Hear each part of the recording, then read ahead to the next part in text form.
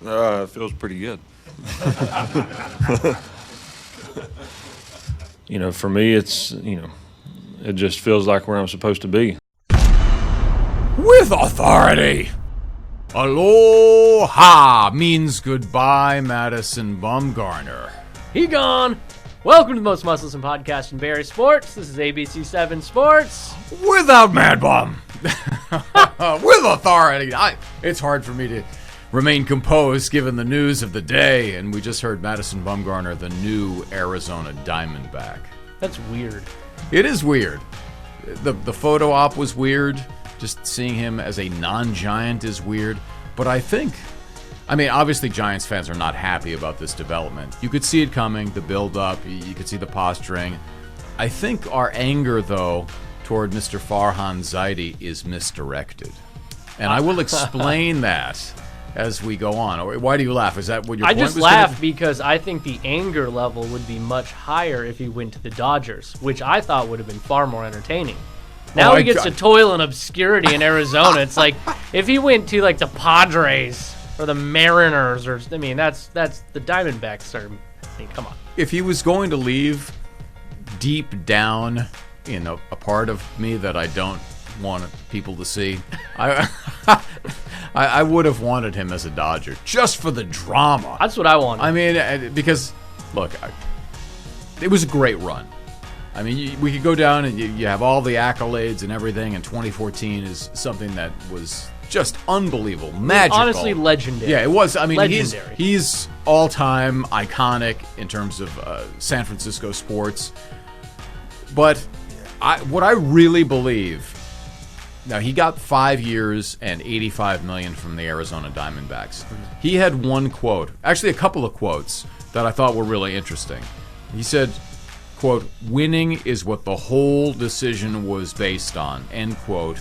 And when pressed as to how he made the decision and what he felt about the Giants, he said, today's not the day to talk about that, because he didn't want to snub the Diamondbacks. This was the crown jewel is appearing, our big stud. Remember Big John Stud, by the way? Yeah, Big John Stud. Okay. Back to wrestling. Exactly. All right. So all roads lead back to WWE. Anyway, so he didn't want to detract from their big announcement by saying what was really on his mind, which I believe is he did not want to come back to this version of the San Francisco Giants. And all along we've been talking about how Farhan is pushing him out the door, and what is Zaidi doing, and he wouldn't give Kevin Pillar a new deal, and everybody sort of fell madly in love with Kevin Pillar after one season. And because he actually played fairly well on a otherwise hapless team. Okay, well, it's true. Yeah. So, you're clinging for something to hold on to as a Giants fan.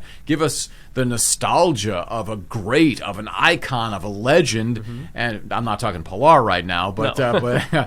but I believe that Farhan is taking the team in the direction that he wants to, and especially with Bruce Bochy saying aloha means goodbye as well. I think Bumgarner looked at the situation and just said, this is not same as it ever was for the past decade, and given the money scenario that the Giants appear to be offering just enough to look competitive in the marketplace, but not really enough to do the deal. Especially the way the deal was done. He's taking $6 million this upcoming season. Come on. Mm-hmm. We could scratch that together. No, we could not. No, we could. We definitely could. I don't have enough Bitcoin for that yet. Could. Well, just wait another month or two. $19 million in year 2, $23 year 3, $23 million in year 4, $14 million in the final year, which is interesting. Mm-hmm. A steep decline with, I think, $15 million deferred. The Giants could do that deal in their sleep. They could. They would not be pressed financially, but I really think that it was probably a combination of Farhan making it clear, I know the old regime would have done some deal for you where we overpay for past accomplishments. We're not doing that anymore. And so he's the guy that's drawing the line. And I think Bumgarner is looking at it and going, this isn't the team that I started playing for either. So the attraction, the lure, as much as he may like having pitched at now Oracle Park and wearing... But they're moving the fences in. Well, that's and his fly ball rate's going up. Right. So that might not have been as comfy a place for him either. No, but I just think the scenario had changed. And Definitely. I think in as much as people want to pelt Farhan and put him in the dunk tank and go after him, which could be a good Giants promotion this year. Think about that. If the attendance is down, the Farhan dunk tank out by the veggie garden, you plunk the... Go get Farhan out of the water. Plunk the bullseye, Yeah. and you got a nice Max Muncy reference there. But I believe now, knowing what we know, I think this was a Bumgarner-driven decision to go to Arizona just as much as it was a Giants decision to pull back from Bumgarner. Yeah, and I think a lot of that makes sense, and I don't think that there was any reason to bring him back. I mean, like you said, you could sign him for his past accolades, and there were many. I mean, he's a Mount Rushmore SF Giant. Yeah. Easily. I think that the Giants were smart in moving on from him, despite the fact that it hurts the fans. There's no reason for him to be on this team. This is a teardown. This is a rebuild. This is exactly what they should have been doing years ago. This is it. And I think that if you look at Madison Bumgarner, he was 19 and 15. That's what the Giants were in his starts last year. 19 and 15. I don't know that it's really worth it to pay that much money to keep him around when you're not trying to do a whole lot anyways. Well, you're trying to build for the future with youth. Yeah. And so I understand that. But I just wonder, is there some inherent value to a guy that has his veteran status that everybody in the clubhouse looks up to, that even if he doesn't have his best stuff, I know velocity's down, fly ball ratio up, but he's still road he's still ERA, good enough pitcher. He's five. sub-4 ERA, etc. To have his presence to show guys what it is to compete, that kind of stuff, those are intangibles, and that's one of the things when we talk about the whole sabermetrics, it's never included. The humanness, he brings a grit that you can't put into just some sort of algorithm, and I think that may be missed by this team. Now, it's too early for that grit. You don't need that grit right now. You Well, need sure that you grit do. to get you over the hump. They're not even ready to start climbing the hump well, yet. no, in fact, they're going They back. need to tear it down, rebuild. They don't need that spot in the rotation occupied by Madison Bumgarner right now. They're going back down Camelback Mountain, unfortunately, all the way down. Yeah, and that's the other thing that, I mean, when you look at where the Giants are, they refuse to use the R word, the rebuild, and so I think it would actually be easier for them if they just said it and people could accept that.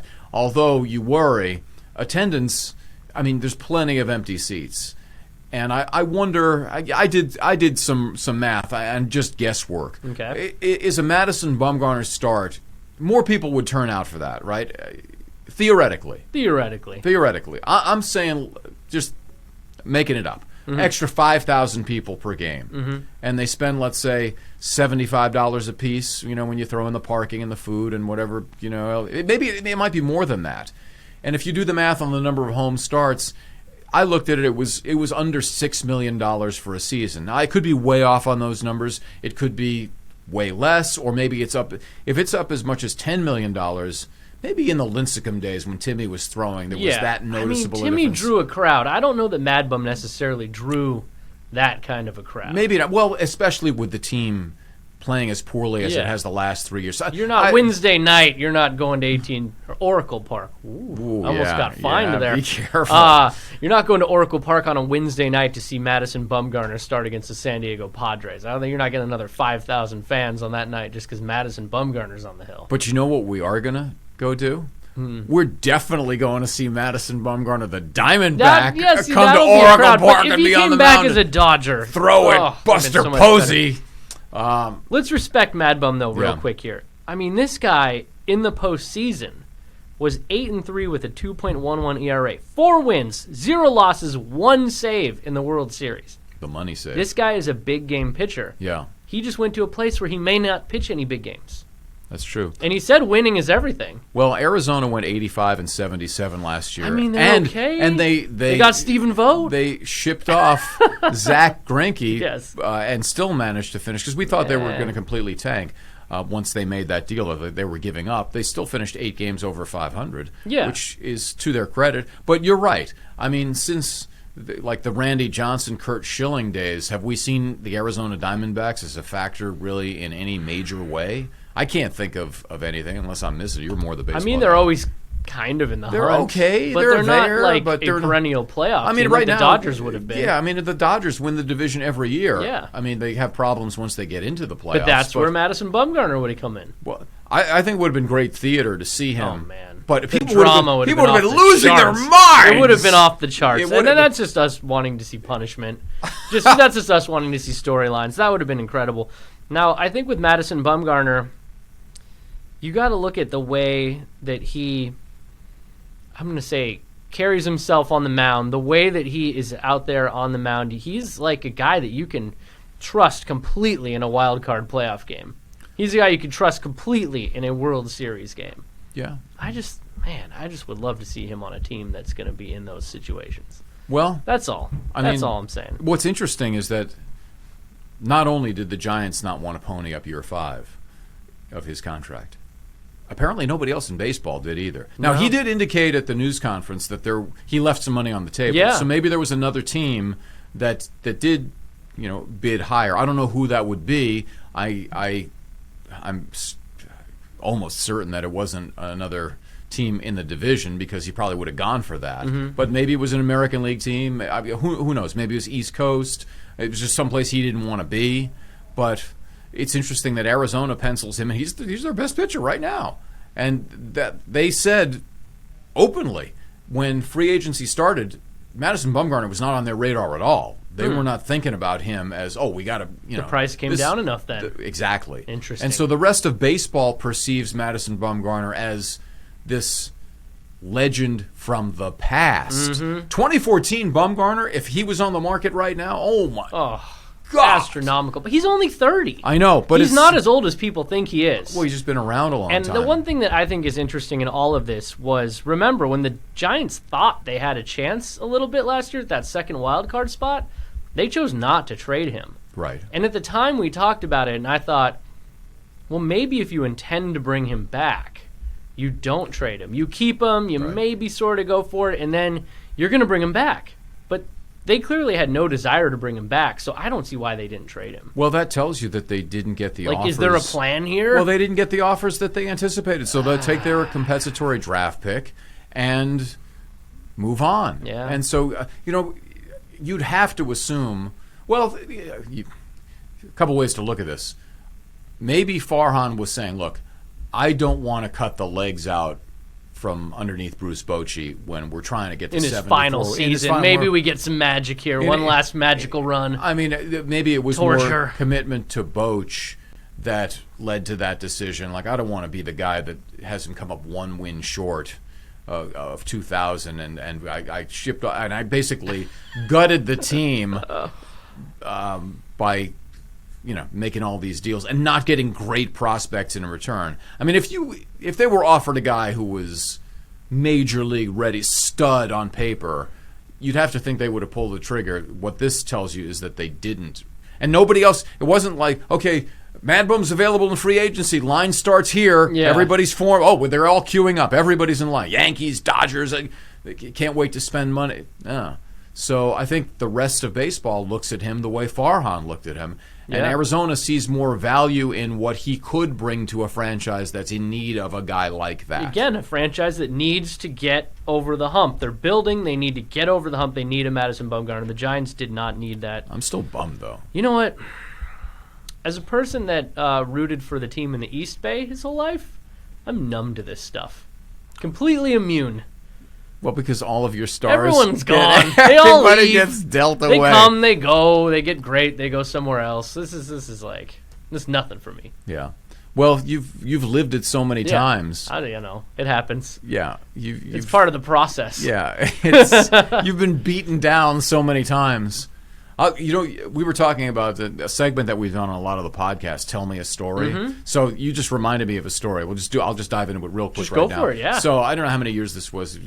More than a decade ago. We would have to look at when he pitched. I was at A's spring training, and it was one of the years that they were going to Japan. Mm-hmm. And so I had dinner in Arizona, and the bit was that Kurt Suzuki, who's still playing, world champion, right?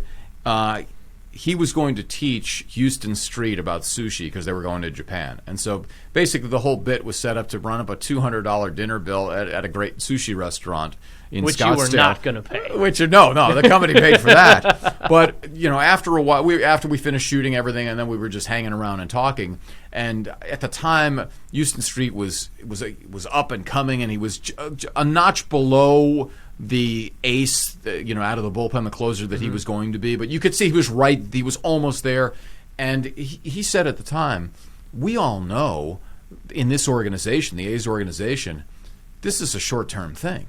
Because the second we get to the point where we're eligible to get paid, they're not paying us. Yeah. I mean, we're going elsewhere. We know we're all here. It's just a short-term ride. So we have a great time, and but we know when it's time for the money to be delivered, it's not going to be delivered in Oakland. So that's you're telling me a story. So that was 10, 15 years ago. Not much has changed, and it won't until that ballpark, until you're there when the shovel goes into the dirt, whatever day that is. Oh man. Yeah. Well, there's your story. This could be a transition point, but the city of Oakland suddenly is more desperate to maintain the Oakland A's because we saw what could be, what honestly I hope is the final Raiders game in Oakland. If they come back and play another game, that'd just be awful. Well, we don't need to say goodbye 3 times. We should set this up because on Sunday they played their final scheduled home game. Yes. Now, we had a source that was close to the situation that claims they're behind in Vegas on the construction of that new stadium. And the A's have to decide by April 1st whether they want to... The Raiders do. Oh, yeah, I say A's? Raiders have to decide and tell the city and county by April 1st whether they want to exercise their option of 1 year, $10 million to play the following season, next season, at the Coliseum. Or some of it. Or some of you. And if they play any of it, they have to pay the whole they gotta season, pay the is what we'd heard. Now, you've been involved in remodels. I've been involved in construction. You know how hard it is to make maybe they're I don't know. Maybe they could rally and finish up, but if the report that we had is accurate, it's going to be crazy in terms of trying to get that stadium built out. Maybe they could get it built out to the point where they could hold events there if they are indeed behind. Or either that or the NFL buys them an extra couple of weeks. They start on the road. Or I don't know. They'd have to get creative with it. So that's why we're saying we assume it was the final. Yeah, and that's pretty much what everyone's assuming at this point. There is a chance. Yeah. There is a chance they play another game in Oakland. There's been too many people that are not connected that have mentioned this to me about the Raiders. They're talking with the Oakland people. This might not be. So I've heard I don't want to see it. I've heard that from done. multiple people. But let's just assume that was it. So, they went out so Raider. I was so honestly Raider. I was honestly furious at the end of that game. It was sad. The city of Oakland, the fans, most importantly, deserve better. I totally agree. And you could say the refs screwed them at the end of the game, and obviously they made that point, but the Jaguars scored 17 unanswered points. They didn't do anything in the second half. To come out, I thought they were going to come out fired up. They did.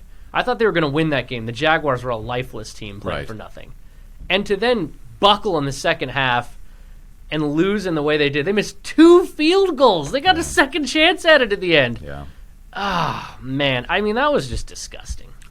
That was terrible. That was the worst way you could go out. I'm used to the Raiders disappointing. Yeah, I'm used to the A's players leaving. But it was on brand. It's totally on brand. Yeah, along with the batteries and bottles flying. Man, I wanted people to be happy. I wanted one last hurrah. I know, and I think Gruden wanted that. I think Gruden, and I don't even know what to make of John Gruden at this point as a coach, because I thought the whole season could have cratered on the silver and black with that absurd 6 weeks on the road.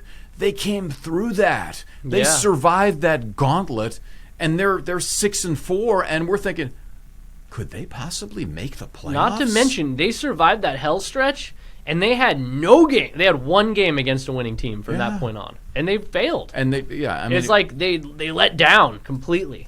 Again and again and again. And you want to talk about second half, and we get into it. as a coaching staff, they get outcoached in the second half every single week. I mean, the point differential is dramatic, and there's something wrong there. I don't know. We'll see if they go to Vegas. Is Derek Carr the quarterback? It seems like you heard there was one report. There's a rift, a lack of a connection, or something. But I mean, I don't think you have a better option. Oh, but there's going to be a zillion free agent quarterbacks. I mean, just to see Carr trotting off the field at the Oakland Coliseum to booze on Sunday. That was sad. That was awful. And it's not that I think he's a great quarterback, but I think he's a high-quality human. Very high-quality human. And a good quarterback. Yeah, he's had solid. Some good years. He's solid. No, yeah. The thing that I thought was actually as disappointing was Mark Davis in a classic tone-deaf owner moment saying, he basically asked, and now imagine you have the legends of this franchise are all out there. Marcus Allen is back. I remember how he feuded with Al Davis. He came back for this. Tim Brown. I mean, the whole group of, just icons on the field. And Mark Davis is asked, do you feel nostalgic at all about this? And he says, nah, I'm used to it. We left in '82. It's just, even if you're thinking it, I don't think you can say it, especially on that day and that moment. It's just so bad. It was just awful, It's such a bad look. Josh Dubow ran the numbers on this of the AP, great reporter from the AP. Since Mark Davis took over this team in 2012, I know. the Raiders are 46-80. Is that bad? Gosh. I mean, you look at this Raiders team. What is their motto? Either of them. Pick one. There's two. Just win, baby. And? Commitment to excellence. Have we seen either of those things? No. Since they've come back to Oakland? Well, there was a couple of moments. John Gruden, Gruden 1.0. There was that. And he got into a feud with Mr. Davis and was traded away for draft picks that turned out to be nothing. And then beat the Raiders in the Super Bowl. The one good year they really, truly had. And a couple of years ago when they were like 12-4, but Derek Carr was injured in the playoffs. And so you have to give Jack Del Rio credit. People kind of just forget about him entirely. But he actually turned it around. They had a really good year that year. After Dennis Allen, and they didn't. I mean, they're just a series of misfits and bad hires and dumb decisions and poor draft picks. So you have to say Jack. By the way, he is and Reggie McKenzie and Reggie McKenzie. Neither of whom are there anymore. Also gone. Jack is really good on TV on ESPN. He never seemed to enjoy the news conferences. If we got that, like the Jack we see today on ESPN, and the news conferences would have been like 1,000 times better. I may have told this story on this show. I'll digress really quick, but there was a time at a Raiders press conference where I went to set my mic on the podium, and some other reporter came in and put another one on there, and somehow mine fell off, and right then Jack Del Rio walked up, ready to start, and I'm sitting there scrambling, trying to get the mic back up, and he's just looking at me like staring daggers through me. It wasn't even my fault. Someone else knocked the mic off. All right, let's look at this. Wow, okay. The Raiders, since returning to Oakland, 25 seasons, all right? 13 head coaching changes. Wow. 159 and 239 is their record. 3 division titles in a 25-year span. 4 trips to the playoffs. That's terrible. That's pretty bad. And then what do? They leave the city of Oakland on the hook for Mount Davis, which they're paying, I think it's about $13 million a year through the 2025 year. They're on the hook $13 million per year through 2025 on Mount Davis, which they tarped off. The very last game of the season, tarped off. It's been tarped off for, I think, 2 seasons now. I mean, they came, they ruined, they didn't conquer, and then they left the taxpayers high and dry, and they left Raider Nation wanting. And the very last play we saw of the Oakland Raiders, classic. A ball clanking off the face mask of the one Alameda native, Keelan Doss there. Just doink. Game over. Hail Mary, jump ball. Doink off the face. Everyone's pissed. Goodbye, Raiders. And that's it. And that's when they started loading up their water bottles and started. The nachos were in the sideline. Nacho. Who would discard their nacho? They just chucked everything. $20 nachos in the end zone. I was told that they were. This is kind of just a ridiculous story. That what happens? This isn't even funny. It's just like it's so frustrating. Well. That you can't do anything but laugh. That some of the people were like ripping out the cup holders in the seats. Yeah. Not thinking that the A's still play in this stadium. Imagine ripping out your seat, then the Raiders stadium isn't ready, so you have to come back, and now your seat's gone. Yes. I brought my cup holder back. Oh, it still works. Geez, man. Yeah, that's all right. In contrast, we do have a team that is a Super Bowl contender. Your San Francisco 49ers. Yeah, and you know what? I think people are really freaked out by that loss to the Falcons. That game going in, I know we talked about it, that had trap game written all over it. I was not only expecting something like that to happen, I wasn't that disappointed after it happened. Obviously, watching it at the time, you're like, those two last plays. Yeah. Where they're reviewing them both, they got them both wrong on the field. But I looked at it and I thought, you know what? Either way, you have to beat the Seahawks in Seattle. Either way. Yeah.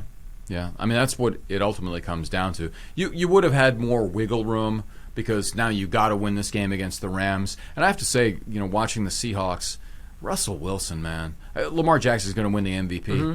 Russell Wilson is just... He's impossible to deal with, especially once he gets flushed out of the pocket and he starts running around like a maniac. And you cannot, and then out of nowhere, Lockett appears, and then he just, it's a missile to him. And you go, it's so frustrating to try to watch him if you're thinking, we got to contain this guy. So, especially up there, it's going to be challenging. It's going to be a tough And one. then if you lose that game, you're the 5 seed, and then you've got to go on the road, probably to, Dallas or Philly and play. I mean, I don't think either of those teams is particularly good, but on any given day, look, we saw the Cowboys just beat the Rams like a drum the other day. But I mean, the Cowboys have been a mess. I know, but so are the Rams. But it just makes it so much more difficult if you have to go on the road for a playoff game. Although, if you look at the home field advantage of the NFL this year is almost a disadvantage. Mm-hmm. I mean, you see a lot of teams. Well, we saw it this weekend with teams coming in and winning, and it just doesn't seem to be as pronounced an advantage as it once was. Yeah, and if you go back through all the Seahawks games that they've played, their home field advantage hasn't been as great as it once was. I mean, they barely got by a bunch of bad teams. Well, the Bengals early in the season, they barely beat them. I mean, so it's hard to say they're a team that you should be that scared of, but for some reason that matchup against the Niners, that's just always always a tough one. And I noticed this one. You actually sent a tweet about the 3 last-minute or last-second losses the Niners had, and I thought it was pretty funny because you had now the Seahawks, the Ravens, the Falcons. Those are all bird teams. Mm. So you cannot get the Eagles in that first-round game if you end up in there. They'd be 0 for 4, maybe even 0 for 5 then against bird teams. You think that's the key? I think that's the key. That's the kind of the analysis that I bring. That you get only one bird place. Teams. Okay. Otherwise, you're good. Yeah, I think I understand why people are frustrated / concerned, but I think if you look at the 49ers when healthy, and they have not been healthy. I mean, the first game when they lost to the Seahawks, and we were there at Levi's Stadium. Yeah, no Kittle. Sanders got hurt. Exactly. It was Staley's first game back. He still does not look right. But they were rusty coming back. They were. I mean, and the biggest one, Robbie Gould was out. Well. And they missed that field goal that would have won the game. Robbie Gould is not as good as Gould I know, as he I'm just used saying, to be. That ended up looming large. No, but here we are again, and so the Falcons come in, and the Niners are banged up, and you don't have Richard Sherman. You've got a bunch of injuries in the secondary. You got guys that are beaten up, and so a healthy Niners team, I think you should feel confident in. The question is, how healthy will they be going into that Seattle game? Because that's kind of what it comes down to. When they're healthy, again, they've lost 3 games all in the final seconds. I mean, you could make the case that they could be undefeated, people were killing me on Twitter, like, they have 3 losses, you idiot! Yes. I know, but they all have been down to the wire kinds. They could have won any of those games. I mean, yeah, the Seahawks were banged up a little too in that game they played head-to-head, but I still think, yes, you make that field goal, you beat the Seahawks.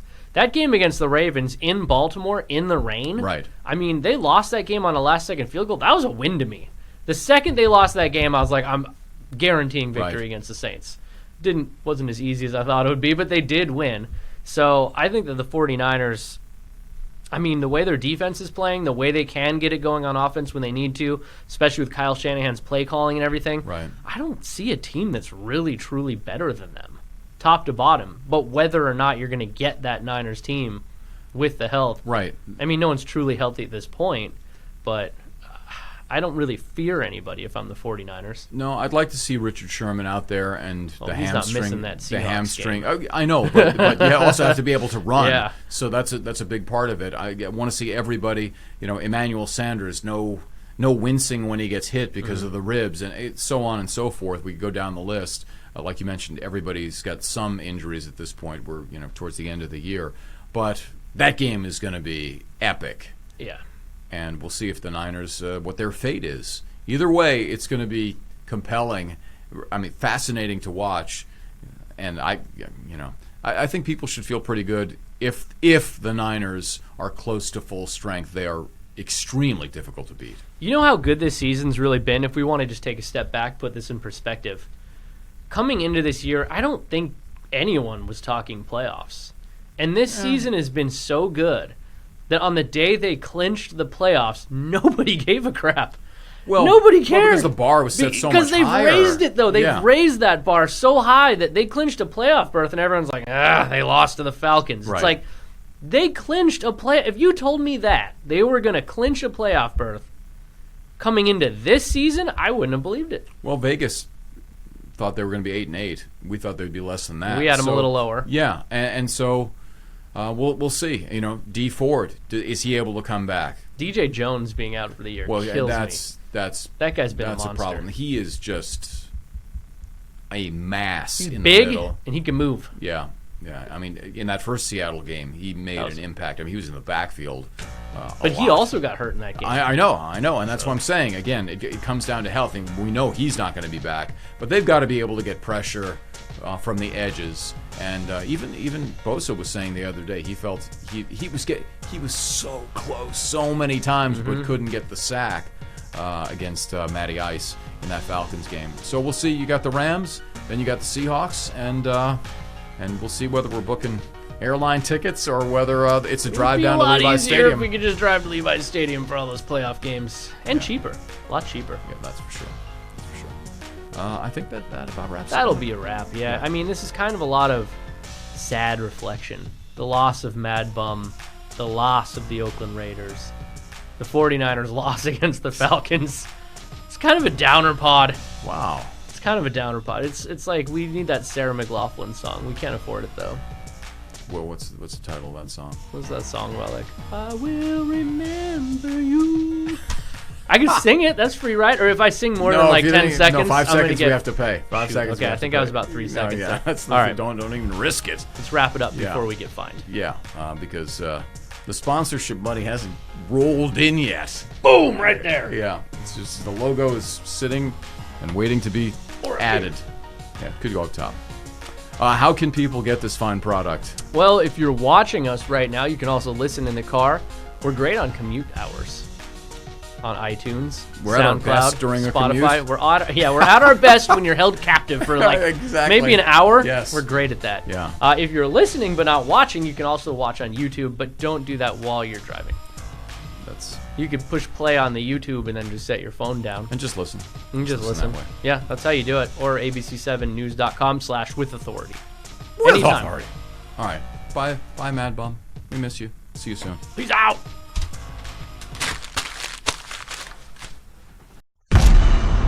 With authority.